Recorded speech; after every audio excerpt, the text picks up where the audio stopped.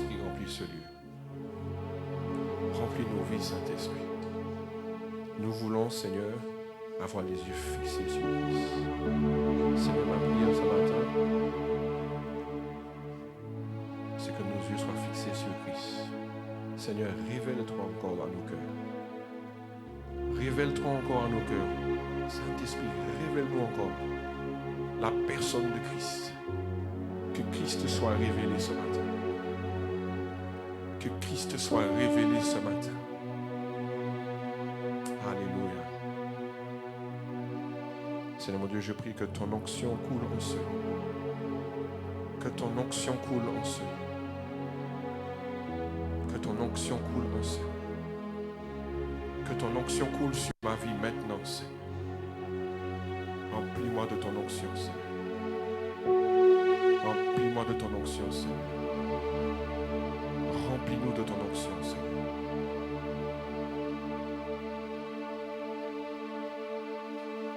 Alléluia. Merci, Saint-Esprit, pour ton œuvre en ce lieu. Change l'atmosphère, cher Saint-Esprit. Et tu peux prier, mon frère, ma soeur. Tu peux prier. Alléluia. Merci, Saint-Esprit. Nous crions à toi ce matin. Nous voulons la révélation de Christ. Saint-Esprit, passe dans les noms, Saint-Esprit. Saint-Esprit, passe dans les noms. Donne-nous la révélation de Christ. Que nous soyons plus attachés à Christ. Merci pour ta parole. Que tu puisses soigner cette parole. Que tu puisses soigner cette parole. Que tu puisses soigner cette parole. Que tu puisses soigner cette parole. Nous demandons l'onction ce matin. L'onction ce matin. Et nous voulons, Seigneur, te faire confiance. Nous voulons te faire confiance. Dans le nom puissant de Jésus.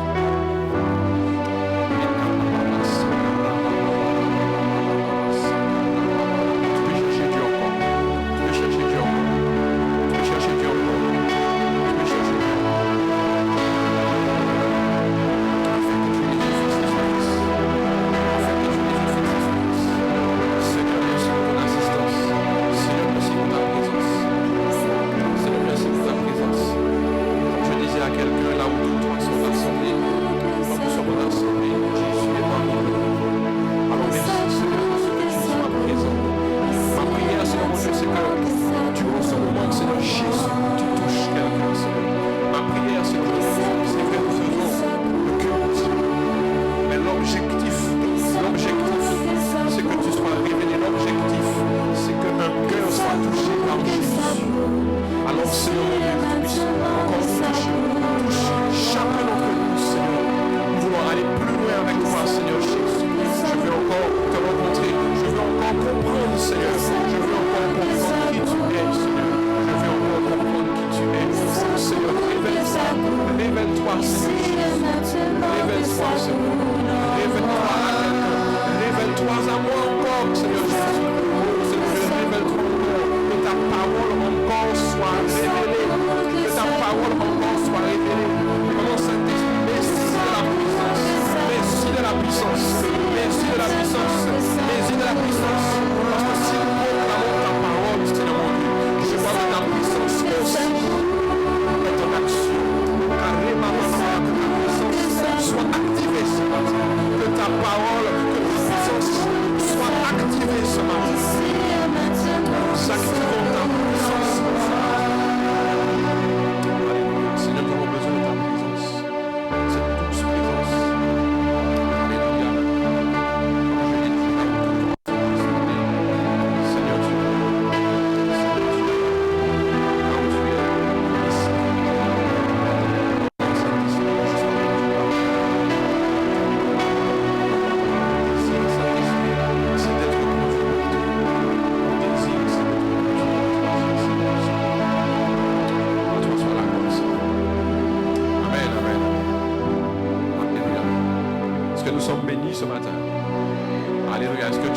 ce matin. Alléluia. Je dis bonjour. Bonjour à l'église. Amen. Je suis content de vous voir ce matin. Content de voir les bien-aimés qui étaient. La soeur était là. Oui, ils sont de retour en voyage. Amen. Soyez bénis. Et nous avons aussi des visiteurs. Nous saluons au nom de Jésus. Amen. Soyez vraiment bénis, que la parole de Dieu vous fasse du bien, qu'elle vous restaure, qu'elle soit bénie. C'est un frère qui vient de Togo. Si on peut exprimer notre excuse. Est-ce que tu peux nous dire ton prénom? C'était évident de sortir avec l'église. Soyez bénis et puis sois la bienvenue parmi nous.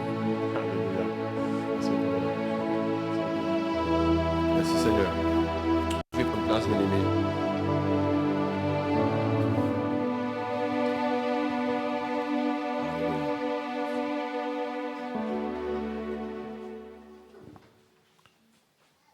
Merci à toi, Seigneur. Merci encore pour ta parole. Merci encore pour ton onction. Que ton onction ne cesse jamais. Que ton onction soit en séduit, que ton onction soit sur moi, au nom de Jésus. Amen, amen. Alléluia. Je redis encore, est-ce que nous sommes bénis ce matin? Alléluia. Je prie que je puisse vous dire ce qui doit être dit. Alléluia. Et bien aimé, c'est vrai, je bénis Dieu pour mon frère Loïc. Vraiment, on est connectés, mon frère. On a le même esprit, mais on est vraiment connectés. À chaque fois que le frère Loïc intervient, il faut toujours qu'il dise une portion de mon message. Il y a le don, il y a le don. Et avant de commencer, vraiment bien aimé, j'avais vraiment cette pensée que nous devons vraiment être attachés à Christ. Amen. Que vraiment nous ayons la pensée sur Christ. Je ne vais pas forcément prêcher que sur ça. Forcément, tout ce qu'on pourrait prêcher n'est que sur Christ. Mais si on peut prêcher des éléments concernant Christ. Mais j'avais vraiment cela à cœur. J'ai vraiment reçu ça. C'est que chacun d'entre nous, mon frère, ma soeur, soit attaché à Christ. Sois attaché à Christ. Si tu viens à l'église, ce n'est pas juste pour passer un bon moment, recevoir une bonne parole. Amen. Si nous recevons une bonne parole, gloire à Dieu, ça fait du bien. Mais sois attaché à Christ. Mon frère, ma soeur, c'est très important. On peut prêcher beaucoup de choses utiles pour l'enfant de Dieu. Mais je crois que le plus important, c'est que tu sois attaché à Christ. Amen. Est-ce qu'il y a quelqu'un qui reçoit ça? Est-ce que tu reçois cela? Sois attaché à Christ. Parce que tu en as besoin. Plus les temps avancent, plus les temps difficiles arrivent, c'est surtout à Christ que tu auras besoin d'être attaché. Alléluia. Qui veut être attaché à Christ? Amen. Mon frère, ma soeur, je te le souhaite. Je nous le souhaite parce que quand je vous dis ça, c'est pour moi aussi. Que nous soyons attachés, solidement fondés. La parole dit fondés et enracinés en Christ. Amen. Est-ce qu'il y a quelqu'un qui aime Jésus? Amen. Mon frère, ma soeur, j'ai ce désir de te dire que tu es la révélation de Christ. Que tu es la révélation de qui est Christ. Parce qu'on a l'image, on a l'information, on a le nom de Jésus, on sait un petit peu ce que ça veut dire. Mais que tu puisses recevoir la révélation de ce qu'est Christ pour toi. Et de ce qu'il est réellement. Amen. Je suis déjà entré dans mon message. Amen. Le message ce matin, c'est « Il te faut la sagesse de Dieu ». Est-ce qu'il y a quelqu'un qui reçoit cela? Est-ce que tu le crois? Est-ce que tu le penses? Est-ce que tu sens ce besoin? Si tu ne le ressens pas, alors moi je te dis que tu as besoin de la sagesse de Dieu. Amen. Pourquoi nous avons besoin de la sagesse de Dieu? Parce que notre Dieu est plein de sagesse. Notre Dieu est la sagesse. Donc si nous sommes ses enfants, nous devons refléter notre Père. Amen. Nous devons être comme notre Père. Donc, tu dois avoir de la sagesse. Amen. Est-ce que tu le crois? Tu dois avoir de la sagesse. Tu reçois cela ce matin? Amen. Soyons des enfants de Dieu pleins de sagesse. Ne soyons pas des enfants de Dieu terribles, désobéissants. Ne soyons pas des enfants de Dieu qui ont un manque de sagesse. Bien-aimés, vous savez, je n'avais pas l'intention de dire ça. Hier, j'étais en évangélisation. Mon frère Kevin était là, il sait ce que je vais dire. Nous étions en évangélisation et malheureusement, toutes les personnes, en tout cas que j'ai pu rencontrer avec celui qui était avec moi, malheureusement, toutes les personnes avaient une mauvaise expérience de chrétien. Vous vous rendez compte? Chaque personne que j'ai rencontrée, ils ont accueilli la parole de Dieu. Alors. Avant d'accueillir, ils étaient sur leur garde. Alors c'est vrai, bon, d'une manière, c'est normal quand on rencontre quelqu'un qu'on ne connaît pas, qui vient nous accoster, forcément, on a quand même cette appréhension, qu'est-ce que cette personne me veut? Mais une fois qu'on dit, on vient parler du Seigneur, waouh, le visage change. Il y a peut-être deux, trois personnes qui ont eu une autre attitude qui a vraiment, vraiment bien accueilli. Mais la plupart des personnes, waouh, et puis c'est après quand on a parlé, on accueille et on dit, voilà, j'ai connu ça. Et des chrétiens qui ont eu un mauvais comportement, qui ont eu une mauvaise parole.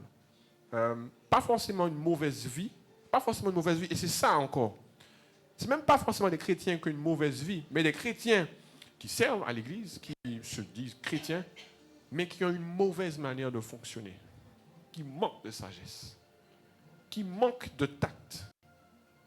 Amen. Et c'était terrible parce que je me suis dit, waouh, toutes les personnes qu'on a rencontrées. Et quand j'ai partagé cela à mes autres frères et sœurs qui étaient en évangélisation, eux aussi ont rencontré cela. Alors oui, on peut rencontrer cela au moins une ou deux fois, mais en tout cas pour moi, toutes les personnes que j'ai rencontrées ont été des personnes qui ont été confrontées à un chrétien qui s'est mal comporté avec eux. Vous vous rendez compte, bien-aimés? Ça nous dit, ça en dit long, n'est-ce pas? Donc, en tant qu'enfants de Dieu, nous avons besoin de la sagesse de Dieu. Amen. Et pour commencer, bon, j'imagine que chacun d'entre nous, nous avons une idée. Nous sommes intelligents, n'est-ce pas? Nous sommes intelligents, nous sommes un peuple intelligent. Nous savons ce que c'est la sagesse. Donc, je vous donne juste une définition basique du commun des mortels. La sagesse est une qualité de quelqu'un qui fait preuve d'un jugement droit, sûr, averti dans ses décisions et dans ses actions. Amen, ça vous va ça? Amen. C'est une définition qui pourrait être beaucoup plus élaborée, mais ce n'est pas le plus important. Mais la parole de Dieu, elle, dans la parole de Dieu, nous avons la sagesse dans le livre des Proverbes. Amen. Est-ce que tu as déjà lu le livre des Proverbes, qui est appelé aussi le livre de la sagesse? Quand nous lisons le livre des Proverbes, il y a un savoir, il y a une sagesse très élevée. Est-ce que tu le sais? Si tu n'as jamais lu Proverbes, je t'invite à prendre le temps de lire le livre des Proverbes. Et nous allons comprendre après pourquoi. Et si je peux prendre un verset de Proverbe 1 par exemple, pour ceux qui n'ont pas eu l'occasion de le lire ou qui sont passés vite fait dessus. Proverbe 1, 2 à 3. Mon frère, tu n'es pas forcément obligé de mettre, je vais le lire rapidement.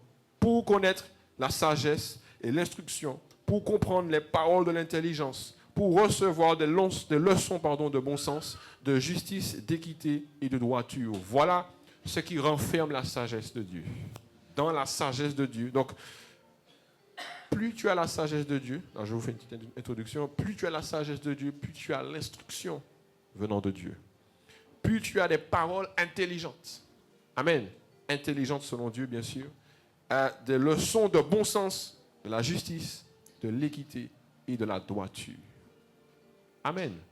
Voilà pourquoi, si on en reste là, si on devait arrêter le message là, voilà pourquoi tu dois avoir, peuple de Dieu, enfant de Dieu, fils et fille de Dieu. Voilà pourquoi tu dois avoir la sagesse de Dieu.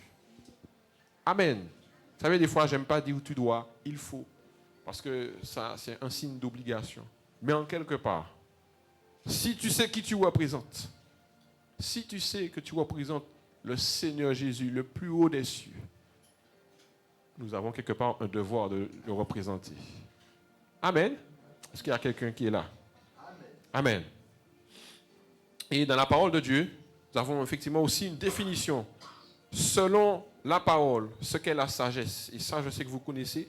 Jacques 3, verset 17, si tu peux le mettre pour moi. Voici ce qu'est la sagesse pour le Seigneur. Jacques 3, verset 17 nous dit, la sagesse d'en haut est premièrement pure. Amen. Donc, quand tu es sage, selon Dieu, tu es pur. Amen. Nous connaissons tous quelqu'un qui est sage, n'est-ce pas? Je parle dans ce monde-là. Hein, on a des aspects de personnes qui sont, à nos yeux, sages. Mais sont-ils purs? Amen. Ok, tu as mis. Ensuite, pacifique. La sagesse de Dieu t'amène à être pacifique. Amen. On va continuer. Modéré. Mon frère, ma soeur, est-ce que nous sommes modérés, nous chrétiens?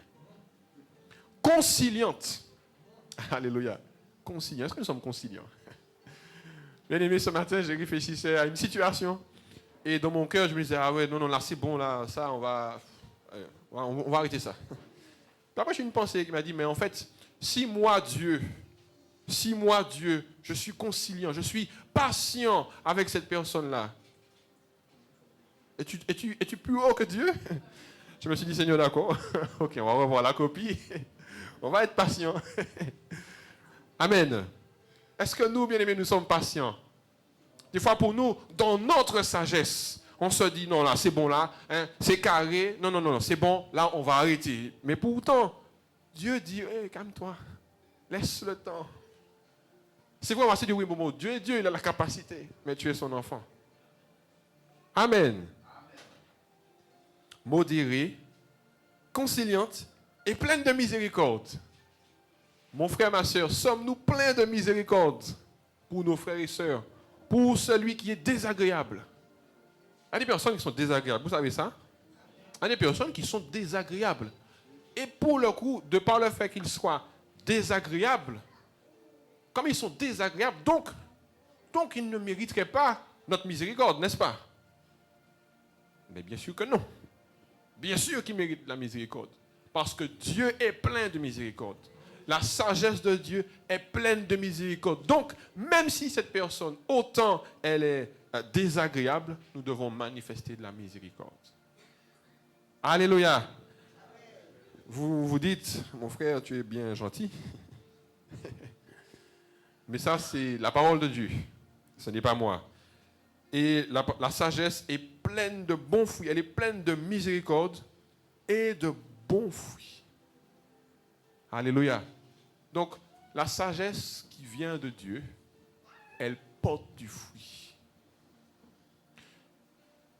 Exemple de duplicité et d'hypocrisie.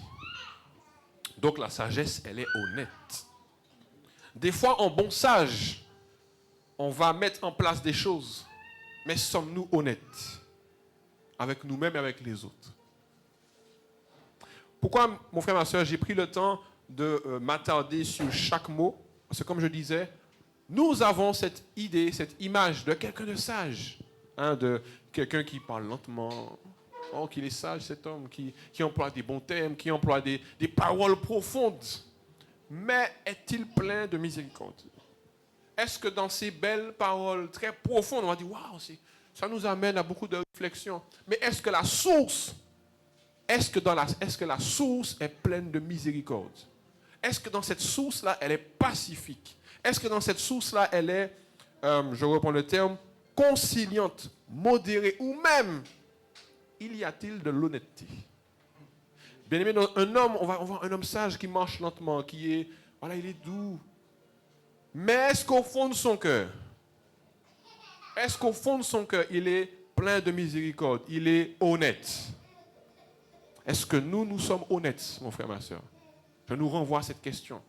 Quand nous réfléchissons un petit peu, est-ce que nous sommes honnêtes? Certainement, quand je dis ça, je ne suis pas en train de dire que nous ne le sommes pas, mais pour nous amener à reconsidérer aussi nos voies. Alléluia. La parole de Dieu nous dit, dans Proverbe 9:10, si tu peux mettre aussi, le commencement de la sagesse, c'est la crainte de l'Éternel. Alléluia. Et la science des saints, c'est l'intelligence. Amen. La sagesse de Dieu, mon frère, ma soeur, elle est importante parce qu'elle t'amène déjà à la crainte de Dieu. Voici la sagesse de Dieu. Si tu te considères sage, ça veut dire que tu considères que tu crains Dieu. Est-ce que nous savons c'est quoi craindre Dieu? Ce n'est pas juste, bon, voilà, je fais de bonnes choses, je respecte la parole de Dieu. Quand tu crains Dieu, ça veut dire que même la parole qui va sortir de ta bouche, tu vas te dire, est-ce que ce que je vais dire va plaire à Dieu? Voici la crainte de Dieu. Est-ce que quand je suis dans sa présence, je suis vrai avec Dieu? Jusqu'où t'amène la crainte de Dieu? Est-ce qu'il y a quelqu'un ici? Est-ce que nous avons la crainte de Dieu? La sagesse t'amène à considérer justement, déjà la sagesse c'est ça, elle t'amène à considérer déjà qui est Dieu réellement. En fait, Dieu n'est pas ton copain. C'est vrai que notre Dieu est le Dieu qui est près de nous. Mais justement, parce qu'il est près de nous, parce que Dieu, le Dieu Tout-Puissant, très saint, vient près de toi. Donc, nous devons nous tenir droit. Ce n'est pas parce que justement, comme il vient, il reste près de moi, donc c'est mon copain. Amen. Au contraire, notre Seigneur fait en sorte d'être près de nous. Il est même en nous, n'est-ce pas? Donc parce que le Dieu très saint est en toi, nous devons manifester de la crainte. Alléluia. Parce que tu n'as pas n'importe quel Dieu. Et du coup, la sagesse de Dieu t'amène à reconsidérer ta manière de vivre. C'est ça la crainte de Dieu. Parce que je suis enfant de Dieu, je sais que je ne dois pas faire n'importe quoi. Je sais que je ne dois pas être habillé n'importe comment. Voici la crainte de Dieu. Amen. C'est vrai. Pour les hommes, c'est peut-être plus facile. Pour les femmes, désolé. Des fois, je sais que ça peut être compliqué dans ce monde avec les vêtements. Amen. Les femmes sont d'accord? Ça peut être compliqué. Peut-être que pour les hommes, ça peut être plus facile. Mais même pour nous aussi. Amen. Est-ce qu'il y a quelqu'un ici? Alléluia. Donc, la sagesse de Dieu t'amène déjà à sa crainte, à le respecter.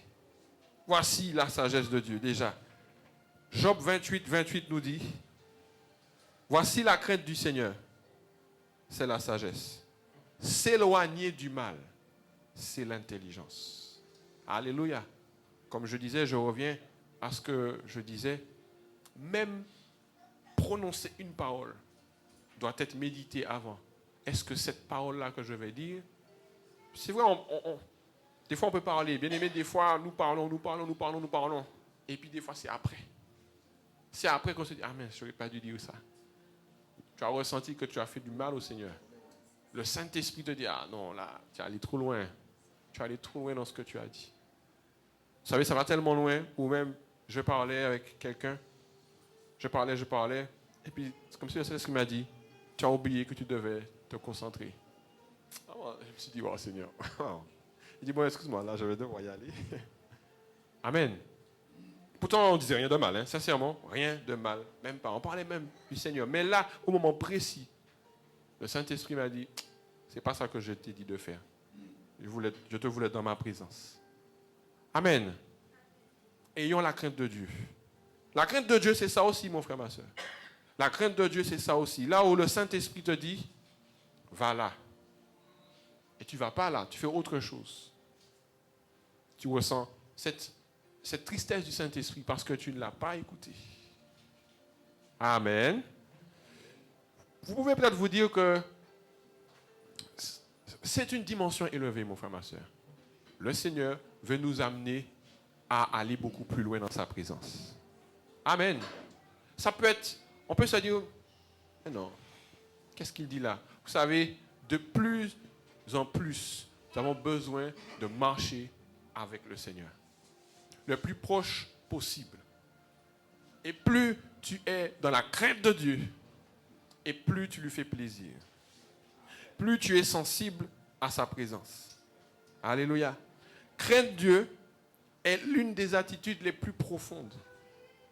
Car c'est reconnaître sa grandeur. C'est également reconnaître sa beauté. Mais c'est aussi reconnaître qu'il y a des choses que tu ne veux pas faire. Il y a des choses que tu ne veux pas faire. Pourquoi? Parce que tu as peur de salir cette relation. Tu as peur je vais dire comme ça, de salir ton Dieu. Alléluia. Si un homme est sage, si un homme pense être sage, c'est de part déjà le fait de craindre Dieu. Un chrétien qui fonctionne en craignant Dieu, je crois, est un bon chrétien. Je dirais même est un vrai chrétien. Amen. Pourquoi? Parce qu'il veut plaire à son Dieu. Il n'est pas juste chrétien parce qu'il y a l'image du chrétien. J'ai la Bible, je connais la parole de Dieu. Vous savez, on peut faire tout cela. Même l'incroyant peut connaître la parole de Dieu. Mais l'incroyant n'essaye pas de craindre Dieu. Il connaît la parole de Dieu, il sait ce qu'il ne faut pas faire, mais il la connaît. C'est une connaissance de plus.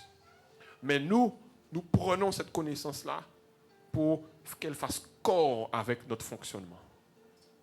Amen. Est-ce que tu reçois cela? Est-ce que tu veux être un chrétien qui craint Dieu? C'est ça une bonne sagesse. La crainte de l'Éternel est le commencement de la sagesse. Psaume 111, 10. Tous ceux qui l'observent ont une raison saine. Amen. La crainte de Dieu nous assure de ne pas nous tromper. Plus tu crains Dieu, moins tu vas te tromper. Amen. Tu vas moins te tromper parce qu'en fait, tu ne voudras pas, comme je l'ai dit tout à l'heure, tu ne voudras pas faire quelque chose qui va déplaire à ton Dieu. Donc tu ne vas pas vouloir te tromper. Tu ne vas pas te retrouver, excusez-moi, dans une situation foireuse. Parce que tu crains Dieu. Et la parole nous dit, tous ceux qui l'observent ont une raison saine. Dans d'autres versions, on parle de bon sens. Craindre Dieu t'amène à avoir du bon sens. Amen. Alléluia. Et j'aime aussi le terme une raison saine. Donc ça veut dire que tu n'es pas fou. Tu ne fais pas des choses folles. Alléluia. Amen. Merci Seigneur. Et la sagesse de Dieu, j'ai dit, c'est la crainte de Dieu. Mais elle est aussi centrée, nous l'avons dit tout à l'heure, sur Christ. La parole de Dieu nous dit, alors vous savez, c'est un verset, je ne sais pas si tout le monde le comprend. Moi, je l'ai pris aussi dans une autre version pour bien comprendre ce qu'il veut dire. 1 Corinthiens 1, 30 nous dit, « Or, c'est par lui que vous êtes en Jésus-Christ, lequel, de par Dieu, a été fait pour nous sagesse, justice et sanctification et rédemption. » Des fois, les versets sont marqués d'une manière qu'on peut ne pas saisir ce qu'il veut dire. Moi, je l'ai pris en version français courant. Mais Dieu vous unit à Jésus-Christ et il a fait du Christ notre sagesse. Alléluia. C'est le Christ qui nous rend justes devant Dieu, qui nous permet de vivre pour Dieu et qui nous délivre du péché. Vous avez compris pourquoi j'ai insisté sur le fait d'être attaché à Christ. Parce que plus tu restes attaché à Christ, plus tu cherches Christ, il te conduit à marcher avec sagesse. Tant que nous restons attachés à Christ, alors en fait la sagesse, elle est insufflée, elle est transfusée en toi. Plus tu cherches Christ, et plus sa présence t'amène à aller dans la sagesse, à chercher la sagesse. La sagesse vit en toi. En fait, plus en fait, la parole de Dieu nous dit, demeurez en moi et je demeurerai en vous. Donc, plus tu restes en Christ, plus tu restes dans sa parole, et plus en fait la sagesse, elle ressort de ta vie, comme une transpiration en fait. Tu sens Jésus. Tu sens une bonne odeur. Je vais dire ça comme ça. Amen. Dis comme ça, c'est un peu péjoratif. Amen. Oui, comme a dit mon frère, ça émane de toi. Christ émane de toi. C'est-à-dire qu'avant même que tu puisses dire que tu es chrétien, on le sent déjà. Alléluia. Amen. C'est pour cela que tu as besoin de la sagesse de Dieu. Alléluia. La sagesse de Dieu, c'est la profondeur de Christ. Plus tu cherches la sagesse, et plus, je disais tout à l'heure, Christ, la dimension de Christ est révélée. Éphésiens 3:8 nous dit, cette grâce a été, et c'est Paul qui parlait, cette grâce a été accordée d'annoncer aux païens les richesses incompréhensibles de Christ. Mon frère, ma soeur, il y a connaître Christ, et puis il y a connaître Christ. Alléluia. Éphésiens 3:9 nous dit, et de mettre en lumière quelle est la dispensation du mystère caché de tout temps en Dieu qui a été créé, qui a créé toutes choses, pardon. Amen. Vous savez, Christ, c'est bien plus de ce qu'on pourrait penser. Alléluia. Ma prière, c'est que Christ te soit révélé. 1 Corinthiens 2,5 nous dit, afin que votre foi fût fondée, non sur la sagesse des hommes. Comme je disais tout à l'heure, on peut prêcher beaucoup de choses. On peut prêcher beaucoup de choses. Mais il dit que ta foi ne soit pas fondée sur la sagesse des hommes, mais sur la puissance de Dieu. En fait, il dit Amen. Il rend gloire à la parole de Dieu. Alléluia. C'est normal, tu as des parents consacrés. Amen. Est-ce qu'on est là? Amen. Christ doit être révélé. La sagesse de Dieu te révèle qui est Christ. La sagesse de Dieu te révèle la profondeur de Christ. Et mon désir, c'est que tu cherches vraiment Christ. Alléluia. Est-ce qu'il y a quelqu'un qui veut Christ? Amen. Que Christ nous soit révélé. Je reviens sur ce verset. Et demain, ah oui, voilà. Tout à l'heure, je le cherchais, puis ça m'a échappé. Mais je vais le trouver, c'est dans Colossiens. Je vais le trouver plus vite. Là. Je vous le donne rapidement. Si vous le trouvez avant moi, c'est le verset qui dit Christ, l'espérance de la gloire en nous. Je l'ai trouvé. Colossiens 1, on va dire au verset 27. À qui Dieu a voulu faire connaître quelle est la glorieuse richesse de ce mystère. Mon frère, ma soeur, tu n'as pas choisi Christ pour rien. Alléluia. À qui Dieu a voulu faire connaître. Le Seigneur a voulu nous faire connaître. Quelle est la glorieuse richesse de ce mystère parmi les païens? Savoir Christ en nous, Christ en vous, Christ en toi. Christ est en toi. L'espérance de la gloire. Alléluia. Si tu as choisi Christ, si ce matin, tu considères que tu as choisi Christ, l'espérance de la gloire est en toi. La sagesse de Dieu est en toi. Tu ne le sais même pas, mais il y a la sagesse de Dieu en toi. Tu ne le sais même pas. Tu ne sais pas ça. Tu n'es même pas, ton intelligence humaine n'est même pas consciente de la puissance de Dieu qui est en toi. Alléluia. Alléluia. Est-ce que tu sais ça? Maintenant, tu le sais. Même moi, aujourd'hui, je le sais aussi. L'espérance de la gloire est en nous. Bien-aimés, nous sommes, je vais dire, puissants. On a une image de la puissance. On a une image de la puissance. Il y a quelque chose en toi qui est glorieux. Tu ne dois pas te mépriser. Tu ne dois pas te mépriser parce qu'il y a quelque chose en toi. Il y a une puissance. Il y a une intelligence que tu peux puiser. En fait, il y a une intelligence. Dès que tu as donné ta vie à Christ, la sagesse de Dieu est venue en toi. Est-ce que tu sais ça? Depuis que tu as donné ta vie à Christ, cette sagesse a été incorporée. Mais elle doit être révélée. Cependant, elle doit être révélée pour que tu sois en fait au courant. Mais elle est déjà là. Est-ce que tu peux rendre gloire à Dieu pour ça? Merci Seigneur. La sagesse de Dieu est déjà là. Sa sagesse, c'est sa puissance en toi. Paul dit, afin que ta foi, elle ne soit pas fondée sur tous les principes qu'on pourrait expliquer. Afin que ta foi, elle ne soit pas fondée sur principe 1, principe 2, principe 3. Non. Ta foi, elle est fondée sur la puissance de Dieu. Si tu crois que quelqu'un sera délivré, alors par la puissance de Dieu, il sera délivré. Amen.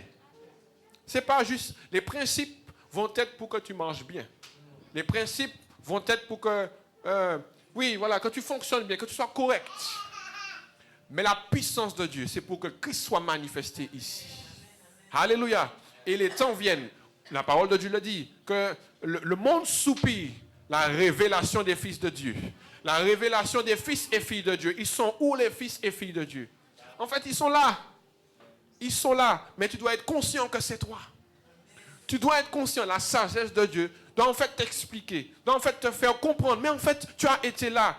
Le Seigneur, il a soupiré. Quand Jésus est mort à la croix, il est mort à la croix afin que tu sois... Voilà. Maintenant, de nouveaux fils arrivent sur terre.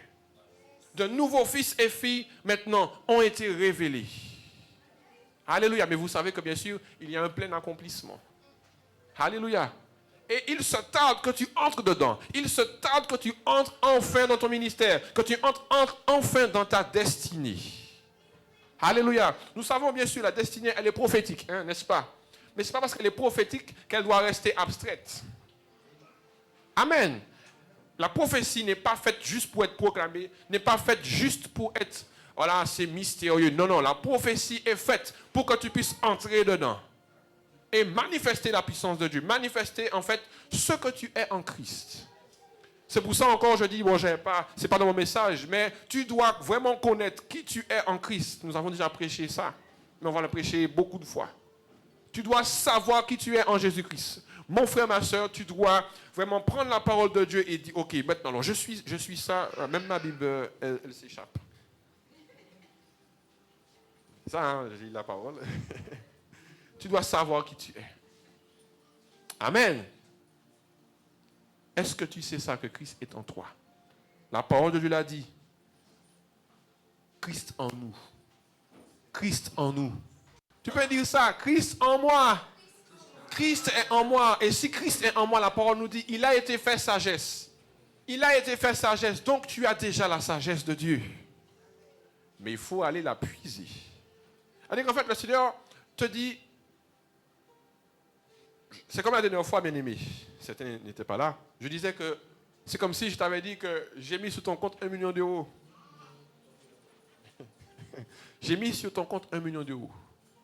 Par contre, je t'ai déjà dit tout ça. Maintenant, il faut aller épuiser. C'est à toi d'aller. Le Seigneur a déjà tout fait. En plus, il faut qu'il aille chercher pour toi. Non. Amen. Est-ce qu'il y a quelqu'un? De par Christ, tu as la sagesse de Dieu. C'est pour ça, sois centré sur Christ. Sois attaché sur Christ. Alléluia. Merci Seigneur. Amen. Et pour avancer, parce que l'heure avance aussi, la sagesse de Dieu, elle est nécessaire pour agir selon sa volonté. Amen. Maintenant que tu sais qui tu es, maintenant que tu sais que, ok, c'est en moi, la puissance de Dieu est en moi, la présence de Dieu est en moi, maintenant, c'est comment, c'est là que les principes sont importants. Maintenant, comment maintenant je vais marcher?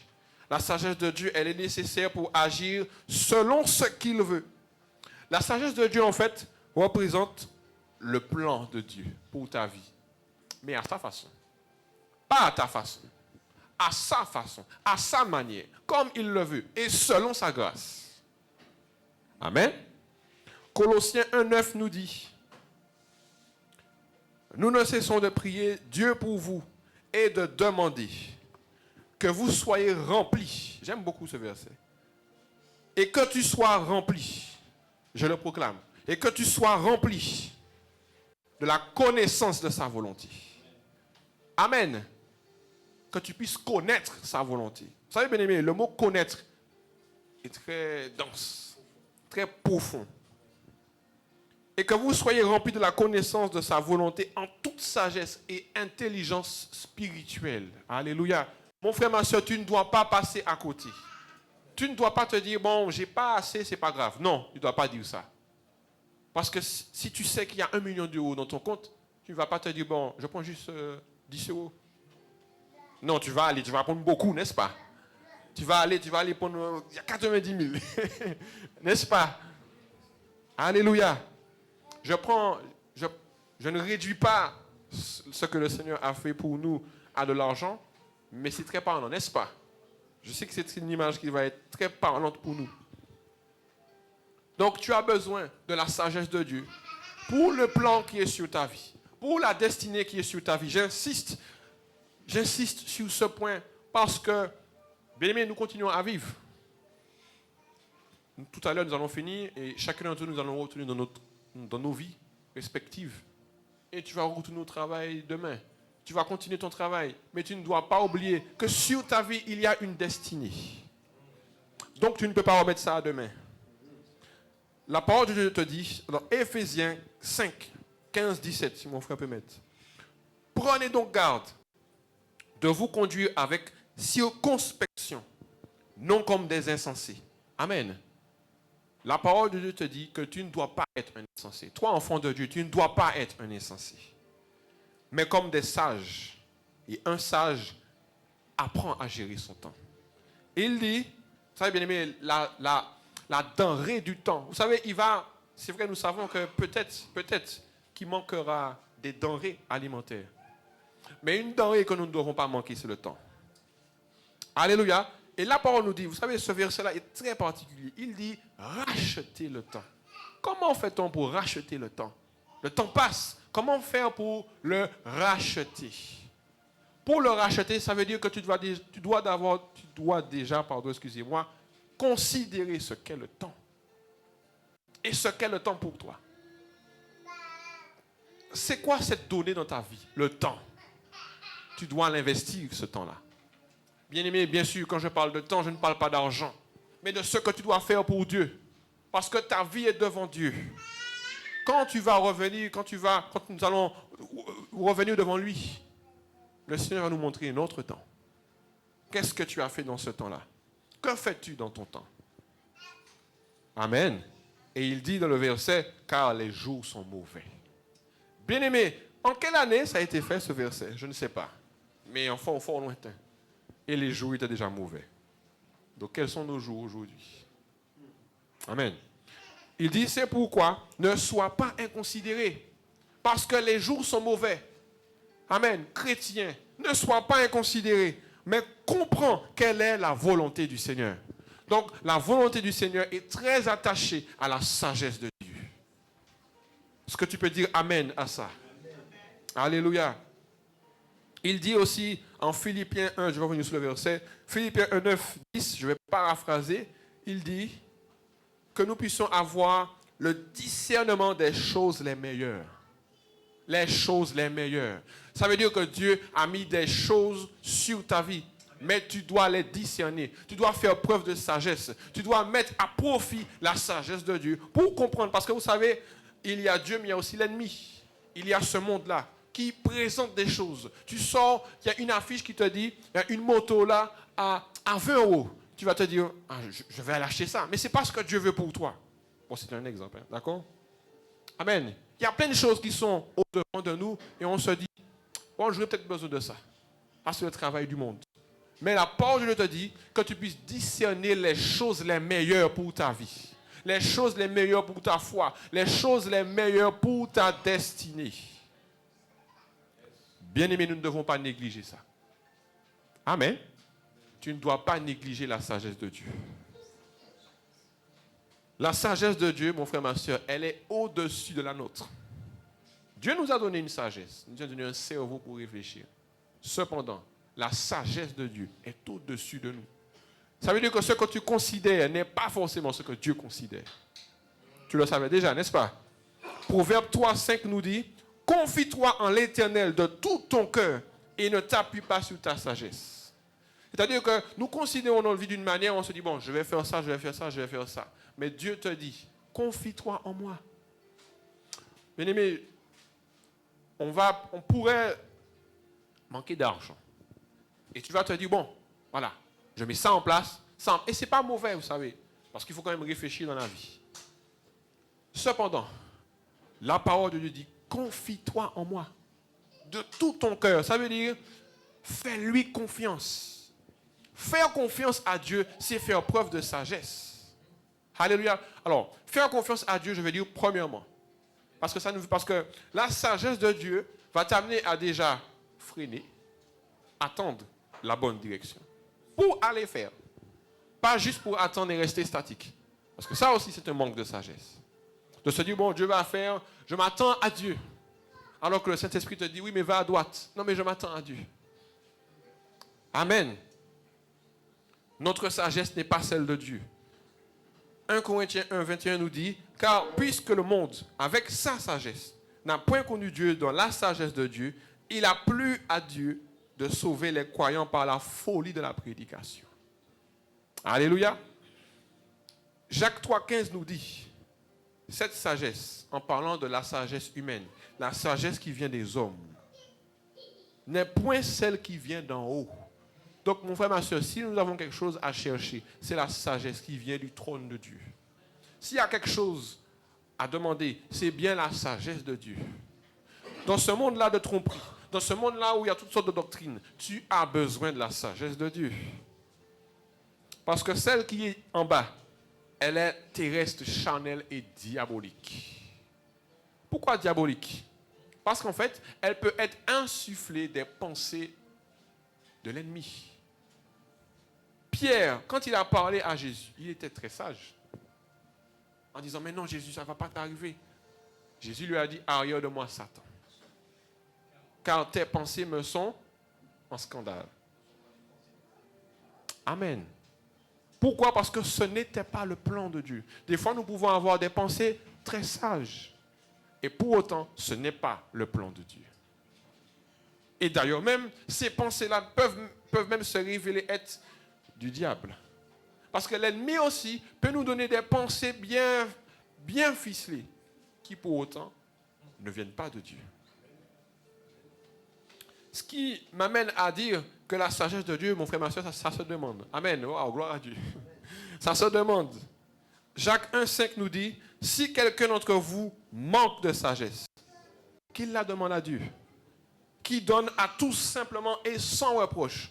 J'aime ce verset-là parce qu'en fait, Dieu ne nous donne pas la sagesse en mode, bon, allez, je te donne parce que, non, au contraire.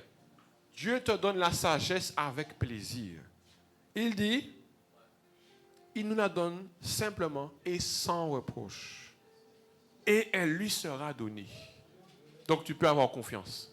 Demande la sagesse à Dieu. Ce n'est pas trop dur. Ce n'est pas trop dur. Ce n'est pas trop élevé. Au contraire, le Seigneur souhaite te donner sa sagesse. Amen. Est-ce que tu sais ça? Le Seigneur est désireux de te donner sa sagesse. Le Seigneur est désireux que tu sois rempli de sa sagesse. Amen. Proverbe 2,6 nous dit, car l'Éternel donne la sagesse.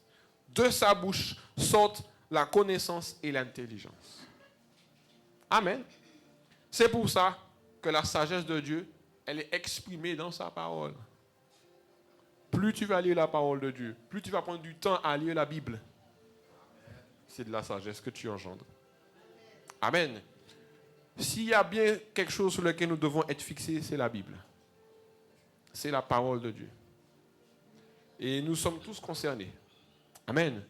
Cessons, et je le dis à moi-même, cessons de passer du temps sur Instagram. Amen. Mais plus sur la parole de Dieu. Parce que, pourquoi j'ai dit Instagram? Il y a plein d'autres exemples. Mais Instagram, on voit Instagram ou TikTok. Parce que TikTok, c'est peut-être plus pour les jeunes, les plus jeunes. Ça, on voit plein de choses, plein d'informations. Plein d'informations dont tu n'as pas besoin. Mais plein d'informations. Avec TikTok, tu peux savoir tout ce qui se passe dans le monde. Des choses dont tu n'as rien à cirer. Amen. Mais par contre, tout ce temps-là, tu l'as perdu. Et tu ne sais pas, par contre, ce que la parole de Dieu te dit. Tu ne sais pas, par contre, ce que Dieu veut te dire. Amen. Pour les plus grands, ça peut être la télé. Amen. Tu as besoin de la sagesse de Dieu en lisant la Bible. Amen. Lis la Bible. Lis la Bible. Vous faites attention, ce n'est pas des histoires. Lisons la Bible. Sa parole de Dieu, la parole est précieuse.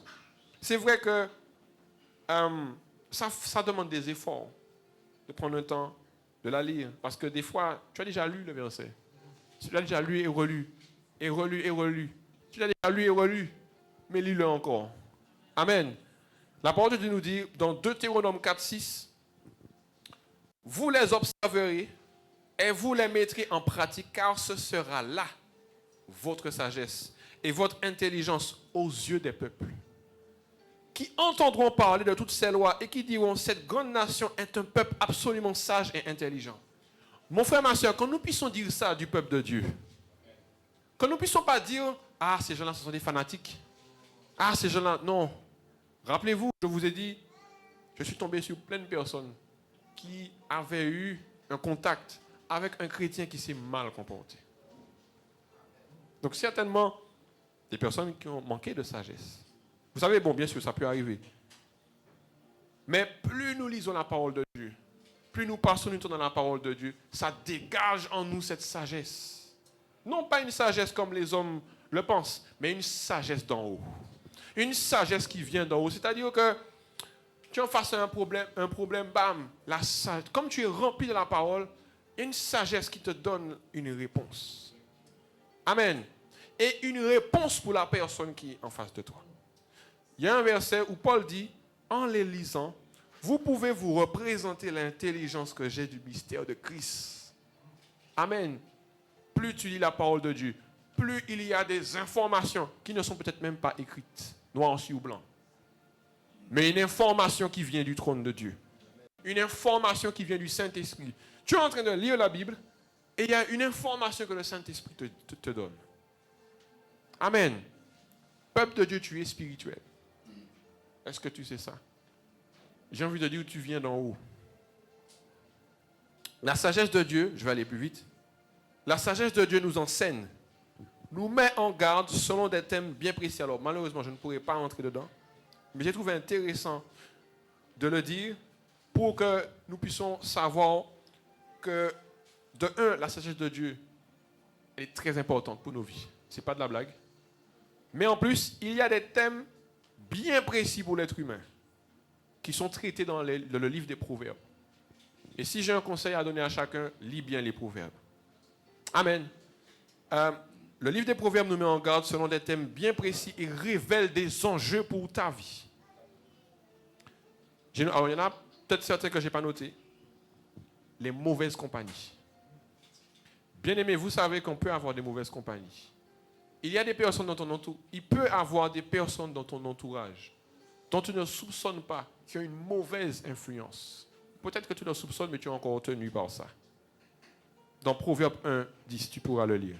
Les mauvaises compagnies. La sagesse de Dieu t'enseigne et te met en garde contre les mauvaises compagnies. La sagesse de Dieu te met en garde aussi contre les mauvais comportements que tu pourrais avoir, que nous pourrions avoir. Amen. En tant qu'être humain. Une bonne chose quand même, la sagesse de Dieu aussi nous conduit à l'intelligence qu'il faudrait avoir. Une forme d'intelligence qui n'est pas juste intellectuelle. Parce que vous savez que l'intelligence, en termes intellectuels, ce n'est pas ce qui t'amène au ciel. Ce n'est pas ce qui te fait forcément réussir. Mais l'intelligence de bien te comporter, de bien agir. Amen. Et puis il y a 2 points, mon frère, ma soeur, qui nous touchent. Les proverbes te mettent en garde contre l'impudicité. Alléluia. L'impudicité.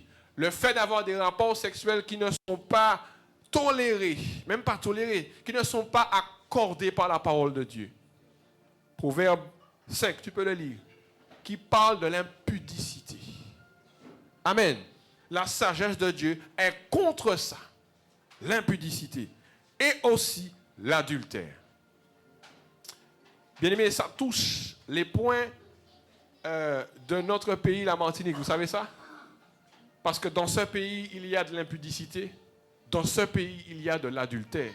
Et j'irai même plus loin. Dans nos familles, il y a de l'adultère. Et la sagesse de Dieu te donne une intelligence à te dire, oh, attention à ce chemin-là. Parce que quand tu vas dans ce chemin-là de l'impudicité, quand tu vas dans ce chemin-là de l'adultère, attention à ce que tu es en train de faire. Amen. Alléluia. Est-ce qu'il y a quelqu'un qui comprend ça?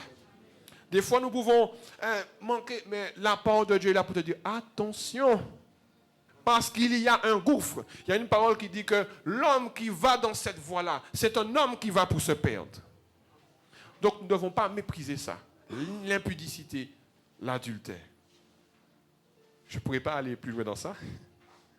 Mais je t'invite à prendre le temps de lire Proverbe 1, Proverbe 2, Proverbe 3, Proverbe 4 et de t'arrêter sur Proverbe 5, sur Proverbe 6. Vous savez pourquoi je dis ça? Même si nous sommes, pour certains hommes, mariés, même si tu sais que, voilà, mais c'est important de te le rappeler. Alléluia. Pourquoi? Parce que nous sommes d'origine aussi antillaise. J'ai le Saint-Esprit, mais il y a un sang antillais en nous. Amen. Alléluia. Et on peut même dire le sang d'un être humain. Est-ce que nous sommes toujours là? La sagesse nous interpelle sur un fait. Vous savez, si vous prenez le temps de lire le livre des Proverbes, il y a des mots qui sont invocateurs. La sagesse nous interpelle sur le fait d'écouter. Le Seigneur dit souvent dans certains versets, bon, je crois que je l'ai marqué, écoutez mes fils, l'instruction d'un père, et soyez attentifs pour connaître la sagesse. Amen. Le fait d'écouter. Le fait de réfléchir avant d'agir. Le fait d'observer et surtout, ce qui nous arrive souvent, de ne pas oublier. La parole de Dieu nous dit, n'oublie pas.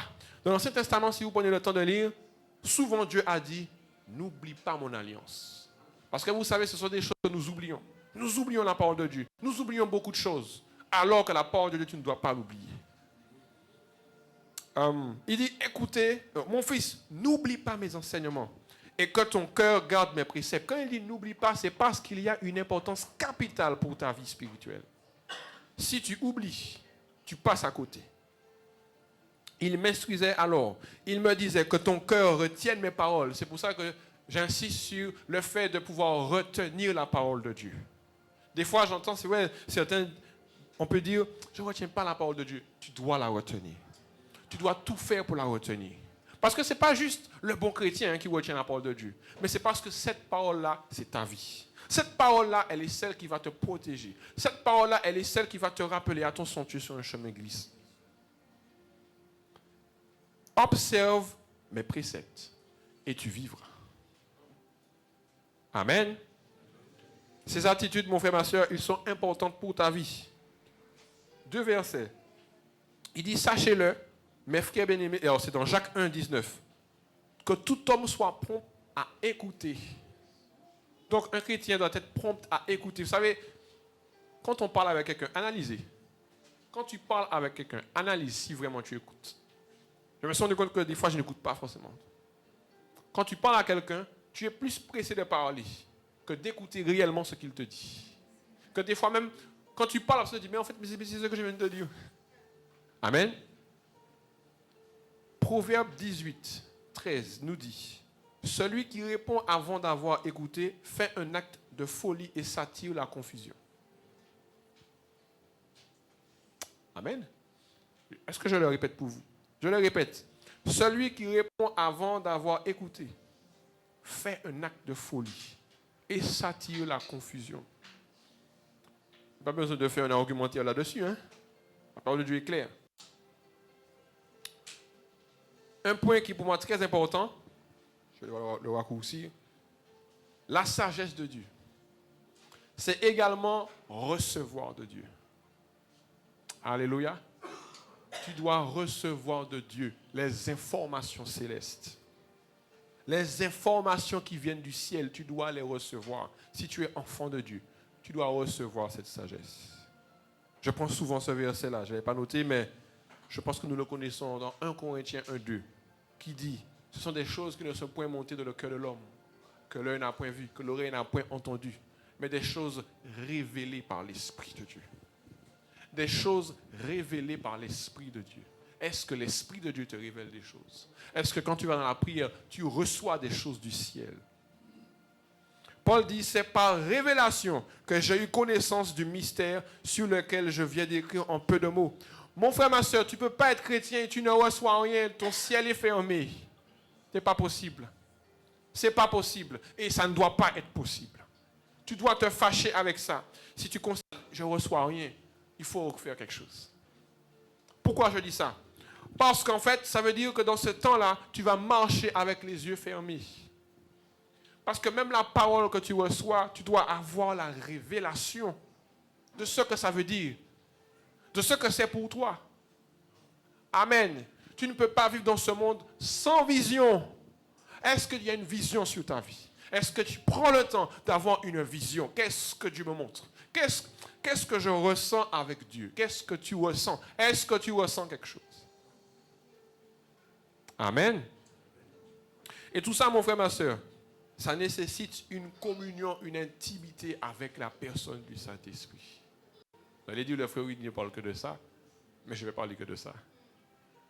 Le Saint-Esprit. La sagesse de Dieu, c'est le Saint-Esprit. Amen. Tu dois désirer sa présence. Tu dois désirer de passer du temps avec lui pour recevoir. Est-ce que tu veux recevoir? Tu dois recevoir. La sagesse de Dieu, elle implique le domaine de l'esprit. Si tu es enfant de Dieu, le domaine de l'esprit doit être élevé en toi. Tu ne dois pas mépriser ça, mon frère, ma soeur. Désolé. désolé, tu ne dois pas mépriser le domaine de l'esprit. Pourquoi? Parce que c'est ce qui fait le cœur. Oui, c'est vrai, tu dois être attaché à Christ. Mais en étant attaché à Christ, le Saint-Esprit te révèle. Où tu es, te révèle la dimension élevée de Christ. La sagesse de Dieu implique, je disais, le domaine de l'esprit, à savoir être connecté à l'esprit de Dieu. Amen. Nous devons chercher à être connectés parce que ça arrive, bien aimé, qu'on peut être déconnecté. Amen. Sois connecté à sa sagesse. Sois rempli de l'esprit. Plus tu es rempli de l'esprit, et plus la sagesse de Dieu va se manifester, n'est-ce pas? Amen. Si je suis rempli de l'esprit, sa sagesse doit se manifester. Plus je suis rempli, et plus la dimension est élevée. Amen. À savoir être conduit par l'esprit. Tu dois être connecté, rempli et conduit. À savoir être dirigé par le Saint-Esprit. Amen. Tu ne dois pas ne pas savoir. Amen. Tu ne dois pas ne pas savoir.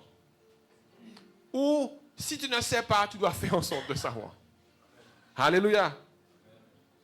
Ce qui implique d'avoir la foi, je vais le répéter encore, d'avoir la foi en Christ, d'avoir la foi en sa parole et d'avoir une vie de prière.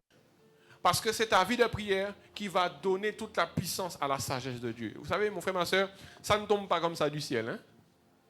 C'est pas là, boum, ok, j'ai la sagesse de Dieu. Non. C'est pas comme ça. La sagesse de Dieu doit faire corps avec toi. Amen. Alléluia. Est-ce qu'il y a quelqu'un qui a reçu au nom de Jésus? Alléluia. Pour finir, mon frère, ma soeur, encore une fois, c'est important de rester ancré. Aujourd'hui, l'Église de Dieu doit être ancrée. Sois ancré, mon frère, ma soeur. Sois ancré, vous savez, comme ça. Debout dans la parole de Dieu. Debout dans la présence de Dieu. Tu dois être ancré, tu dois chercher Christ révélé et tu dois mettre en place tous les moyens possibles pour être ancré en Christ. Et vous savez, l'Esprit de Dieu fonctionne avec sa parole. Son inspiration trouve sa source et se vérifie où? Dans la parole de Dieu. Plus tu vas rester ancré et plus l'Esprit de Dieu, plus sa sagesse va couler en toi. La parole de Dieu nous dit, pour finir, la parole de Dieu nous dit que des fleuves d'eau vive couleront de son sein. Amen. Est-ce que tu veux cette présence? Est-ce que tu veux cette sagesse? Tu dois la désirer. Tu dois la demander. Alléluia. Bien-aimé, sois béni. Amen.